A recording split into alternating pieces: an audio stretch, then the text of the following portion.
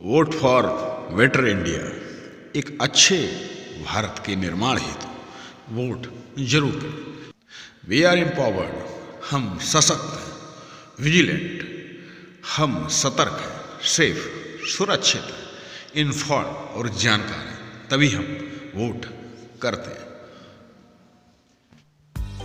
साथियों, इस वीडियो में हम लोग वोटर अवेयरनेस पोस्टर बनाएंगे और साथ में जानेंगे कि भारत में चुनाव क्यों लोकतांत्रिक है।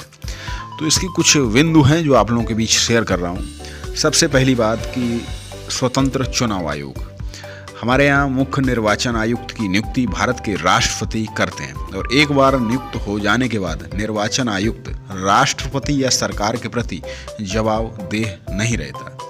अगर शासक पार्टी या सरकार को चुनाव आयोग पसंद ना हो तब भी मुख्य निर्वाचन आयुक्त को हटा पाना लगभग असंभव है।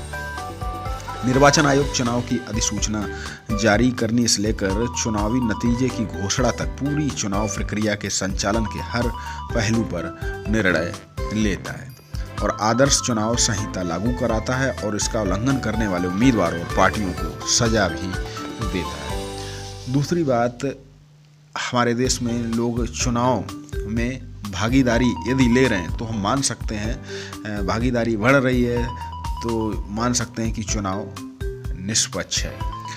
भारत में 1991 से लेकर अभी तक जो प्रतिशत है वोटिंग का वो बढ़ा है और वोटिंग का प्रतिशत बढ़ा, इसका अर्थ है कि लोगों का विश्वास है चुनाव आयोग में और मतदान में, जबकि ब्रिटेन में एक बार घट चुका है।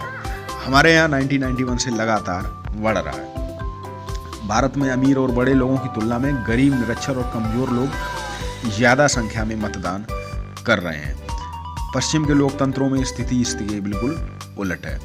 और अगर बात करें तो चुनाव नतीजों को यहाँ जो पार्टी हार जाती है उसको स्वीकार करती है। इसका अर्थ होता है कि उसका चुनाव आयोग में विश्वास है। और भारत में जो चुनाव हुए उनमें से 3 में से 2 चुनाव लगभग शासक पार्टियां हारी हैं।